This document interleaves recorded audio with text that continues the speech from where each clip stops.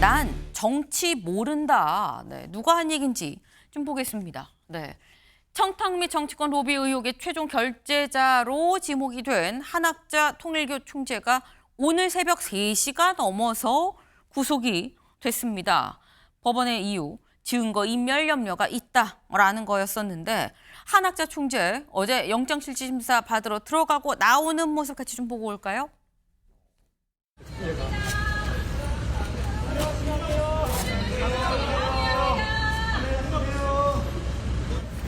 권성동 의원에게 1억 원이 아니라 세뱃돈과 넥타이 주셨다고 진술하셨습니까? 윤영호 씨는 1억 전달이랑 샤넬백 전달 인정했는데 이에 대해서는 어떻게 보시나요? 윤영호 씨 개인 일탈이라고 생각하시나요? 건강 문제 호소하실 건가요? 총재님 재판부의 소명 어떻게 하셨습니까? 권성동 의원에게 1억 전달된 거 정말 모르셨어요? 김건희 여사에게 목걸이랑 명품 가방 전달했다는 것도 보고를 못 받으셨던 거예요? 하고 싶은 말씀 없으세요? 권 의원한테 세뱃돈 주셨다고 했는데 얼마 주신 겁니까? 윤석열 후보 지원 대금입니까? 네, 사실 이 검찰 조사 때는 뭐 이런저런 얘기를 했었죠. 내가 건강이 안 좋아서 그래요 라는 얘기도 했었고 아니에요 라는 얘기를 하기도 했었고 했는데 이번에는 들어가고 나올 때 다 입 꼭 다물고 아무 얘기도 안 하고 들어가고 나왔다라는 거죠.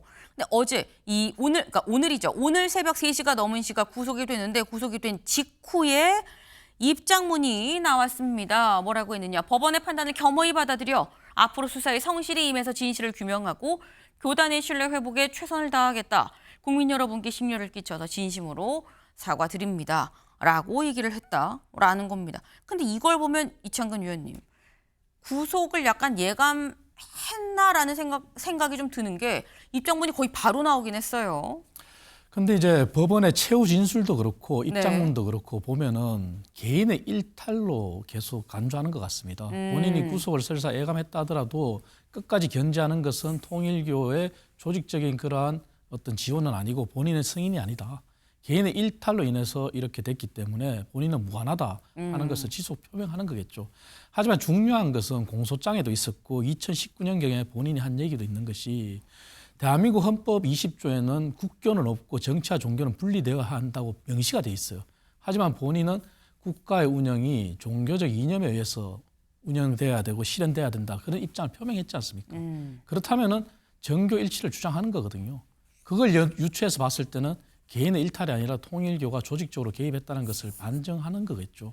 그래서 앞으로 법원에서의 재판 과정도 봐야 되겠지만 지금이라도 한 총재가 해야 될 일은 개인의 일탈이 아니라 통일교가 앞으로 어떻게 지속 가능한 그러한 종교로 본인이 남고자 한다면은 진실을 밝히고 잘못을 인정하는 태도로 선해야 되겠죠. 하지만 그런 부분이 이루어질지는 좀 더 지켜볼 일입니다. 네, 지금 말씀 중에 최후 진술도 말씀을 하셨어요. 최후 진술 같이 볼까요?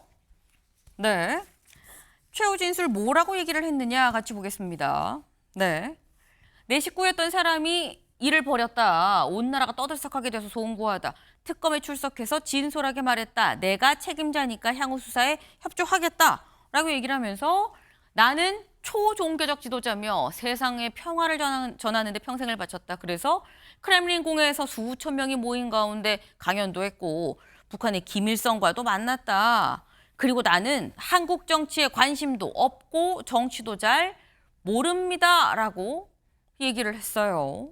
한국 정치에 관심이 없고 정치를 잘 모른다. 근데 이게 서영주 위원님, 통일교는 정교 일치가 마지막 교리인데 그럼 총재가 교리를 부정하는 거냐라는 얘기가 또 나올 수도 있거든요. 이게 이제 관심과 무지와 정교일치는 좀 다른 문제 같아요. 그러니까 본인이 그 정치를 공부 안 한 거죠. 네. 그러니까 한학자 총재는 통일교에만 관심이 있는 거죠.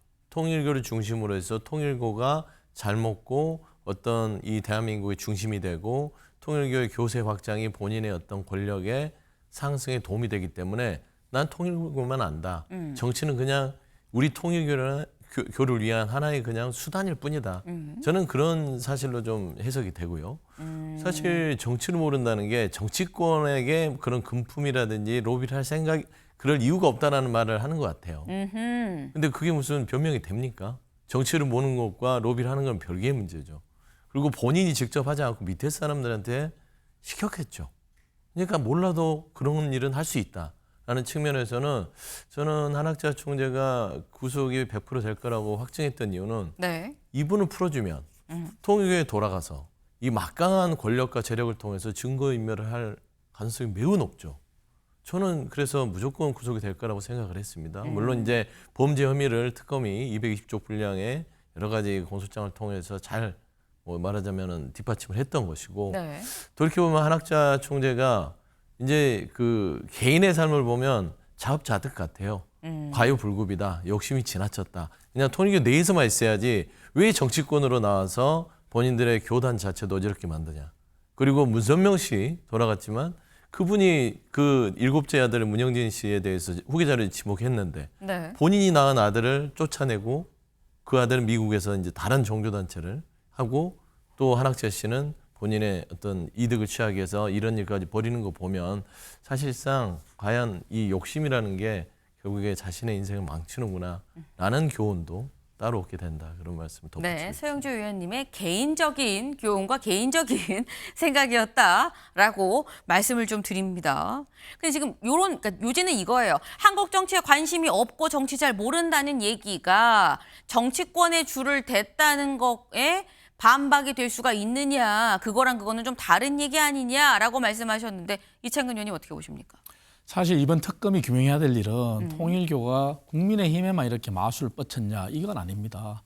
아까도 말씀드렸다시피 2019년도면은 민주당 정부였어요. 그리고 본인이 정교 일치를 주장하지 않습니까? 그리고 이번에 본인의 초호화 변호인단에 누가 포함됐습니까? 이재명 대통령이 임명했던 직전의 민정수석도 포함이 됐다가 본인이 사임했지 않습니까? 그쵸. 그렇게 봤다면은 통일교가 이번 기회에 정말 모든 정부 부처 그리고 각 정당에 손을 뻗친 이러한 정교 일치의 개념을 특검이 다 드러내야 됩니다. 그래서 그것을 규명하는 것이 헌법을 실현하는 일이라는 것을 특검은 명심해야 될 겁니다. 네, 과연 특검이 생각하는 것처럼 통일교가 국민의힘과 연관이 있다고 한다면 통일교가 국민의힘에만 연락을 했겠느냐, 다른 정당들은 없겠느냐, 그 점도 같이 지금 봐야 된다라는 또 말씀을 하셨어요. 특검의 수사가 어디까지 확대가 될지가 궁금해지네요. 저희가 준비한 소식 오늘 여기까지입니다. 오늘도 좋은 하루 보내세요.